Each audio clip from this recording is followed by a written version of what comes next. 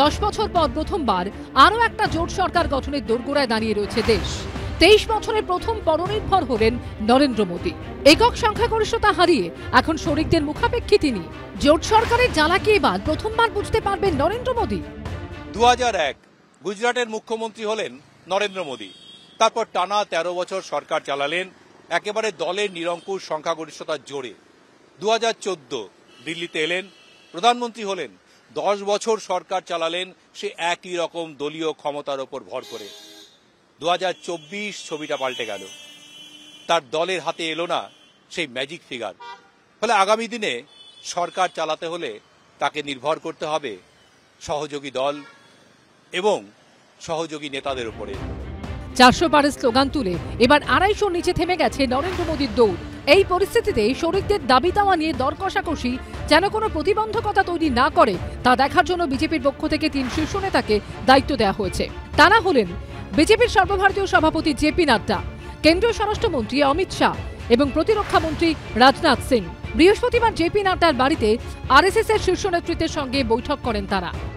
আগামীকাল সকালে সংসদ ভবনে প্রথমে বিজেপি সংসদীয় দলের বৈঠক রয়েছে এবং তারপরে এনডিএ সাংসদরাও বিজেপি সাংসদের সঙ্গে সেন্ট্রাল হলে বসবেন এবং সেখানে নরেন্দ্র মোদীকে তারা লিডার বেছে নেবেন।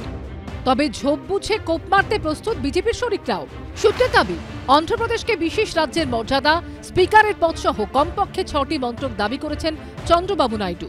টিডিপির তালিকায় রয়েছে অর্থমন্ত্রক, গ্রামোন্নয়ন, স্বাস্থ্য, শিক্ষা, আবাসন, নগরোন্নয়ন, কৃষি, জল সম্পদ, তথ্য প্রযুক্তির মতো ক্যাবিনেট মন্ত্রী ও প্রতিমন্ত্রীর পদ। অন্যদিকে রেল সহ অন্তত 3টি পূর্ণমন্ত্রীর পদ এবং বিহারকে বিশেষ রাজ্যের মর্যাদার দাবি করেছেন নীতিশ কুমার। জিতেন রাম মাঝির দল এইচএএম একটি ক্যাবিনেট মন্ত্রক চেয়েছে। এর পাশাপাশি এলজেপির চিরাগ পাসোয়ানও একটি ক্যাবিনেট মন্ত্রক ও 2 জন প্রতিমন্ত্রীর পদ চেয়েছেন। শিবসেনার একনাথ শিন্ডে চেয়েছেন 1 জন পূর্ণমন্ত্রী ও 2 জন প্রতিমন্ত্রীর পদ। সূত্রের দাবি, টিডিপিকে আপাতত একটি পূর্ণমন্ত্রী ও 2টি প্রতিমন্ত্রীর পদ দিতে পারে বিজেপি। সাউথ ব্লকে প্রধানমন্ত্রীর দপ্তর, পিএমও অফিস রয়েছে এবং সেই সঙ্গে রয়েছে সাউথ ব্লকে প্রতিরক্ষা মন্ত্রক এবং বিদেশ মন্ত্রক। পাশাপাশি এই যে বিল্ডিংটা আমরা দেখালাম, সেই বিল্ডিংটার প্রতিরূপ নর্থ ব্লক, তার উল্টো দিকে মুখোমুখি নর্থ ব্লকে 2টো মন্ত্রক রয়েছে যা সরকারের অত্যন্ত গুরুত্বপূর্ণ 2টো মন্ত্রক। এই চত্বরটা সরকারের মূল 4 স্তম্ভ, মূল 4 মন্ত্রক যেন বিজেপির হাতে থাকে সে ব্যাপারে শীর্ষ নেতৃত্ব তৎপরতা চালিয়ে যাচ্ছে। রাজনীতি এটাই, হাতি কাদায় পড়লে ব্যাঙেও লাথি মারে, তো হাতি তো কাদায় পড়েছে, তো সেটা সবাই বার্গেনিং করছে। কিন্তু এটাও মনে রাখতে হবে নরেন্দ্র মোদী, অমিত শাহ আছেন, আর এরা আমাদের পুরনো পার্টনার, এদেরকেও আমরা চিনি। তারা একটু বেশি দাম রাখছেন, যতটা বেশি পাওয়া যায়। তার মানে তো তিনি স্বীকার করছেন যে হাতি কাদায় পড়ে গেছে। যদি দিলীপবাবু এই ধরনের কোনো মন্তব্য করে থাকেন কেন্দ্রের সরকার গঠন নিয়ে, যে হাতি কাদায় পড়লে অমুক অমুক হয়, তা হাতি যে কাদায় পড়েছে এটা সারা দেশ দেখছে। मोदी जी बहुत बड़े नेता है, विश्व के नेता है। वो तो विश्वगुरु है ना, वो तो देवपुत्र है, काशी पुत्र है।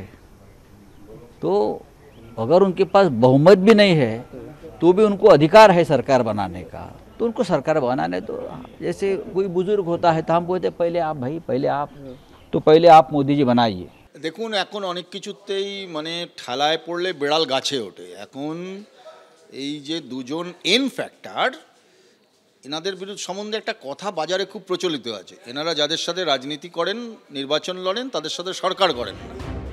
রবিবার তৃতীয়বারের জন্য প্রধানমন্ত্রী পদের শপথ নিতে পারেন নরেন্দ্র মোদী। দীপক ঘোষ, বিজেন্দ্র সিংহ ও রঞ্জিত সাউয়ের রিপোর্ট, এবিপি আনন্দ।